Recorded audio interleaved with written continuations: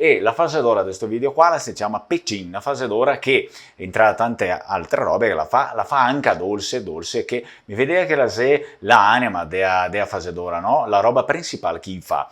Então, a empresa desse vídeo aqui, ela se chama Pecin, é uma empresa que, entre tantas outras coisas que faz também doce. Eu acredito que seja aí o negócio principal deles. Mas antes da gente falar dessa empresa aqui, curte o vídeo, não deixa de se inscrever no canal e também de ativar o sininho das notificações para você ficar sempre por dentro de tudo que tem aqui no canal. Te convido aqui, eu vou deixar o QR Code aqui na tela para você entrar no grupo do Lenguamária no WhatsApp. Lá a galera entra, enfim, recebe os vídeos que estão aqui, vão para lá e mais algumas outras informações também. E aí você também pode me achar lá, se quiser, enfim, algum dia manter algum contato, alguma coisa, você consegue me achar lá no grupo também. Eu vou deixar outro QR Code, esse aqui eu deixo até o final, porque a gente está com vagas aí para a nova turma de Língua Vêneta que abre em janeiro de 2023, aí ano que vem. Então aproveita, porque pode ser a última turma, a primeira e última turma de 2023. Aproveita e entra nessa, porque depois se encerra, enfim, demora bastante tempo para abrir outra turma aí. Me chiamo Fernando Menegatti, estou com o canal Lenguamária e titeci benvenuto. Eu me chamo Fernando Menegatti, esse aqui é o canal Lenguamária e você é bem-vindo. Como essas empresas, como essas pessoas, os vênetos ou também os seus descendentes, qual era o segredo que eles tinham? Que então eles eram pessoas assim muito humildes, pessoas que trabalhavam com a terra, né, com a roça, e como essas pessoas assim que não tinham estudo naquela época, eles conseguiram fazer essas empresas que depois se tornaram cases de sucesso, e várias e muitas empresas. Vamos descobrir o que acontece com todas essas empresas aí. Essa é uma análise profunda que eu vou começar a fazer um pouquinho com a Pecin e depois eu vou fazer também com outras empresas para a gente começar a ver o que tem aqui, o que tem de segredo nisso? Bom, a Pecin então foi fundada em 1956 pelos irmãos Pessin, escrito com 2 Z's, né, o Z duplicado, porém a gente sabe que no italiano eles leriam Pezzin, mas na língua vêneta e pelos vênetos, até mesmo nos sobrenomes, tradicionalmente no sobrenome dos vênetos, e não só aqui no Brasil, os descendentes, mas lá também, eles não costumam fazer esse som Pezzin da língua italiana. Eles produzem Pessin, com som de S. É por isso que na ortografia oficial, que é aquela que eu ensino, aprovada pela região do Vêneto, ortografia oficial da língua vêneta, substituíram essas letras, essas confusões, e som de S é representado pela letra S, uma letra S e acabou. Pessin. Né? Tem várias outras empresas aqui, na oportunidade a gente pode trazer, eu falo delas porque a maior parte dessas empresas trazem o sobrenome da família. Por exemplo, nós temos um supermercado aqui, grande, né? O Andreassa também escrito com Z, porém não se lê Andreasa, né? Nem Andreazza. A gente sempre escutou e sempre se lê Andreassa, que digamos, a sonoridade da língua vêneta e hoje representado pela letra S na ortografia oficial. Bom, fazendo essa explanação, né, digamos, inicial, até mesmo para vocês não acharem que o Fernando lá está escrito Pezzin, do italiano, e ele lê Pessin, né, que burro. Não, é só uma explicação aí para vocês terem essa ideia. Então, por meio disso, lá em 56, pelos irmãos Pessin, vamos usar a nossa pronúncia vêneta, foi criada a Pecin. Aí é diferente. Eu não saberia, não conseguia achar por que eles modificaram o nome, eles não deixaram o nome da família, eles colocaram Pecin com 2 Cs, tá? Pecin, aí se lê Pecin. Também é um sobrenome vêneto, eu não saberia dizer por que isso aconteceu.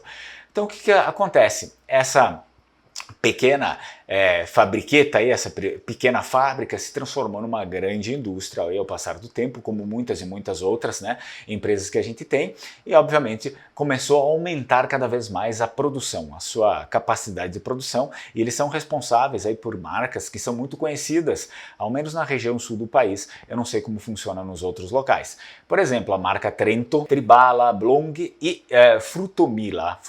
Os irmãos Pessin, né? Eles eram netos aí de imigrantes que vieram da região do Vêneto e, óbvio, seus pais eram agricultores, porque a gente sabe que os vênetos sempre tiveram esse trabalho com a roça e tal, né? Então, seus pais eram agricultores, eles vieram, na verdade, para a cidade. Antes eles vieram para Veranópolis, que é aqui perto de mim. Se instalaram em Veranópolis e depois de um tempo eles acabaram deixando Veranópolis, ok? Na Serra Gaúcha, e eles foram para o Alto Uruguai, que é outra região aqui dentro do Rio Grande Grande do Sul. O senhor Clemente Pecin, ele completou 90 anos, isso mesmo, 90 anos, e ele acabou contando muita coisa aí para um jornal, ele acabou contando muita coisa, informação que a gente pode trazer aqui também e que fica bom para a gente descobrir o que aconteceu de fato para esse crescimento dessa empresa aí.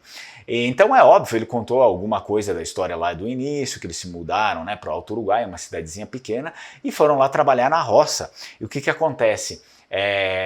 Eles eram em 9 irmãos, né? Era uma família bem grande, naquela época se costumava fazer famílias grandes, enfim, até mesmo pelo trabalho, e óbvio, não se tinha anticoncepcional, esses métodos aí, e também para o trabalho, né? O que acontece? Era muito sofrido. O senhor Clemente disse era muito sofrido, provavelmente ele ainda esteja vivo, era muito sofrido e ele até nem gosta de lembrar disso, porque o trabalho realmente era uma coisa assim que fazia, as crianças precisavam trabalhar desde cedo para ganhar o sustento da família e se ganhava muito pouco ainda naquele período ali. Então, uma das coisas que a gente já pode observar, o primeiro ponto que a gente pode observar é o quê? Eram pessoas, os vênetos, eles acabavam, e ainda hoje, enfim, né, dependendo da família, sendo educados pelo trabalho. Mas naquela época, eles sempre eram educados pelo trabalho. Ou seja, eles não tinham medo de trabalhar, eles sabiam que o trabalho fazia parte da sua vida e que era preciso realmente trabalhar muito para se destacar, né? Era preciso não ter medo de trabalhar se você quiser alguma coisa na sua vida. Se você trabalhar pouco, vai ter pouco, se trabalhar médio, vai ter médio, se trabalhar muito, vai ter muito.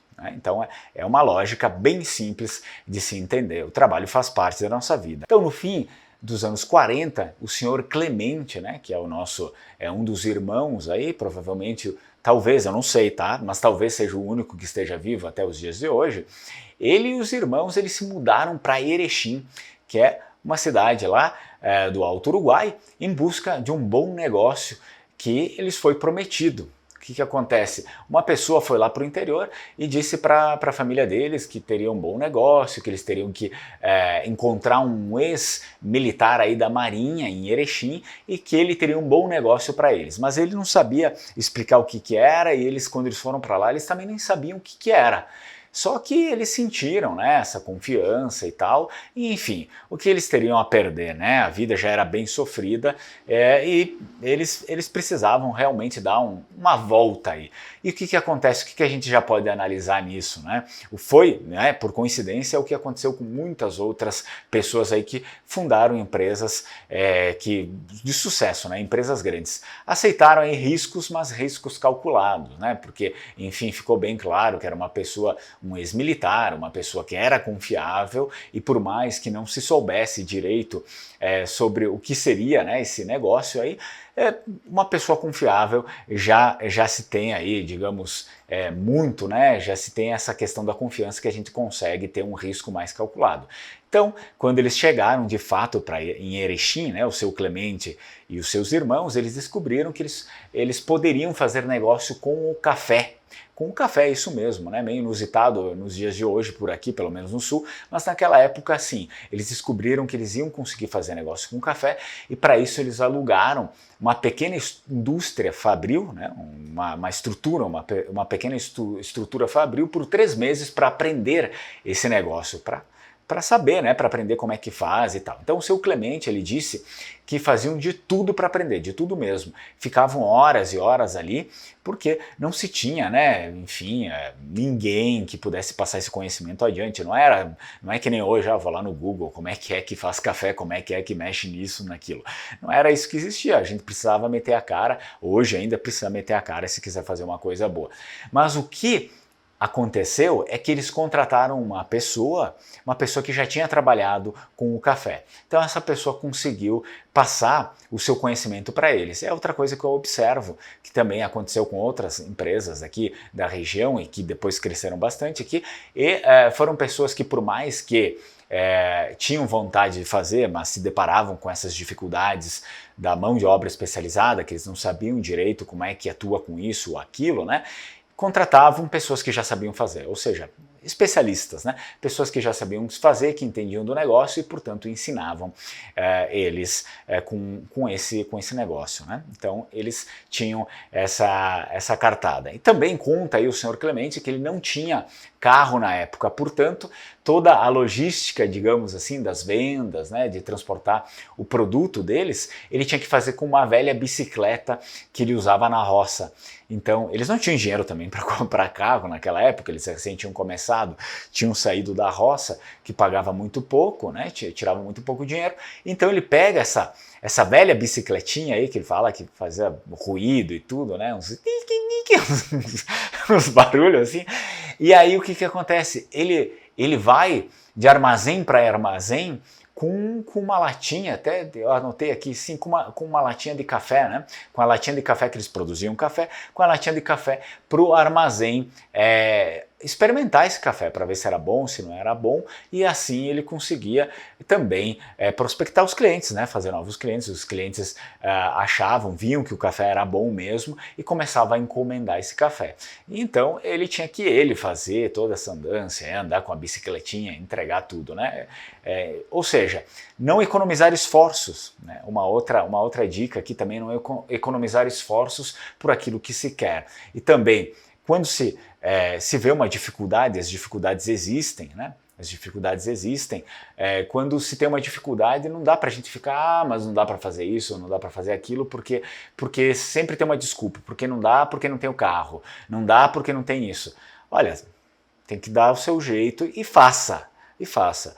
O que a gente precisa do resultado final, não precisa das reclamações, ok? Foi isso que o seu Clemente fez,